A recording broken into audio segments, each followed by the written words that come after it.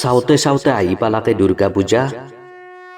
কবি বন্ধু পংকজ অসমীয়া, পৱন নীল কাশ্যপ, চিৰঞ্জীৱ বাবাই এটি নলবেৰীয়া কবিতা পূজাৰ আগত লিখি উলিয়াইছে। মই চাকলিনদ্বীপে আবৃত্তি কৰি চালোঁ। শুনো আহকচোন নলবেৰীয়া কবিতাটি। চাওঁতে চাওঁতে আহি পালাকে দুৰ্গা পূজা, চাৰিওফালে কাপোৰ কিনাৰ হাল্লা, তিৰি আপি চলি কাৰো শান্তি নাই। তিৰিক তিৰি মেল আৰু কিমান চাম। বাটেদি বেপাৰী এটা গেলি বাটক গেলি দাউৰা মাৰে। লাগিব মেখেলা চাদৰ পাটৰ ৰেহা মুগা লাগিব যি আটা বাপৰে ঐ বেপাৰীয়ে কি আনছে চাও চাও। এটা ভাৰবিয়া পাৰলে কি গোটেই মাখাই বাটক গেলি দাউৰ মাৰে। বেপাৰী খেচি ধৰে একেবাৰে। এটাই যদি চাই মেখেলা চাদৰ, এটাই আৰু চাই শাৰী। কাবাত যদি পচন্দ হয় কাবাৰ নহয়। কোনবাখান মেখেলা চাদৰ আৰু গোটেইকেইটাৰে পচন্দ হয়। তাতে আকৌ আধুনিক পূজা। চিম্পুল কাপোৰ আজিকালি কাৰো পচন্দ নহয়। হাত কাটা ব্লাউজ, পেটলা চাদাৰ বেছিভাগৰে প্ৰিয়। ইফালে আৰু টাউনত শ্বপিং মল ভৰ্তি, ফেঞ্চিত খোজ পাতপেই নৰি। আপা আপিৰ যি মাতা মাতি যেন গোটাই বাজাৰখানে কিনি নিবে আছো আমি। বেপাৰীৰ কাণ পালা আটা বাপৰে 200 500 মাল 200 চুলি পকি যাব কালার না যায় কুর্তিসা 200 মাল চাই মাল লব হক বাইদেউ। এই সোপা শেষ নহওঁতে আকৌ আছি পূজাৰ ৰামামা। নতুন কাপোৰত জিলকি থাকবো আপা আপি আৰু তিৰি চলি। বাটে পথে মুখ বেকা কৰা যি সেলফি।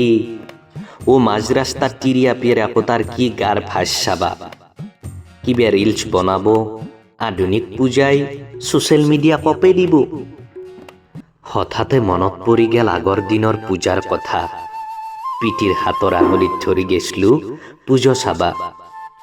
তেতিয়াই আকৌ চলাৰ কথা নাছিল।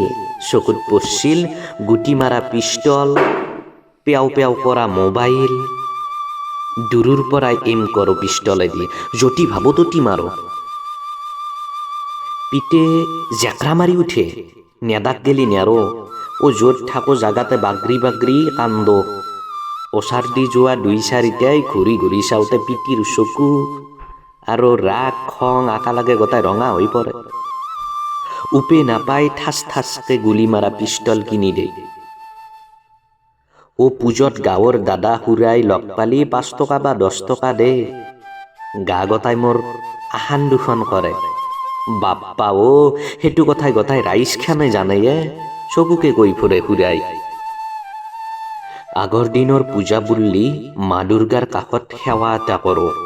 তাৰপিছত ফটো তুলবে দাউৰো মাৰো ষ্টুডিঅ'ত লেগি। আজিৰ চলি কি বুজবো আগৰ পূজাৰ কথা।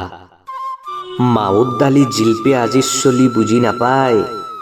ইটা চলিক লাগে চিকেন চাওমিন বিৰিয়ানী আৰু যে কত কি নাম মুখতে নাই। কত যে হেৰাল মদন কটকটি। এখনিতে মনত পৰিল গাঁৱৰ সিটোমুৰুৰ হৰেণৰ কথা। যোৱাবাৰ কাবাৰ জেচিপি খান্দা খালত পৰি আপাটো মল্যাক। মায়াকটো বেমাৰত পৰি আছে। জীও 2টা আপি আছে, বেছি বয়স হোৱা নাই। পূজাৰ কাপোৰ বিচৰি কান্দা কাটা বোলে। বাপেকে কৰে হাজিৰা, যি 4 টকা পায় মায়েকৰ বেমাৰতে যায়। সৰু চলি কিনো বুজবো, কাষৰ চলি কাপোৰ কিনছি তাকো লাগে। বাপেকে বুজেছি সিহঁতে নুবুজে। ৰাতি ভাত নাখাই বোলে কাপোৰ বিচাৰি। কেৱল কাপোৰ লাগে, পিষ্টল লাগে, মোবাইল লাগে আৰু যে কত নাম কোৱে বাপেকৰ গোটাই পেচাৰ উঠে। ভগৱানৰো কি লীলা, যাক মাৰছি বয়াকে মাৰছি। হৰেণৰ দুখ হৰেণে বুজি পাছি। কিনো কম আৰ, কোনবাই হাইছি কোনবাই কানছি। পূজাৰ নামতো এতিয়া বেপাৰ চলছি। আমাৰ হলি চিধা কথা, আমি ললি কি হব। হৰেণৰ দৰে আৰু কিমান যি ঘৰত কান্দা কাটা চলছি।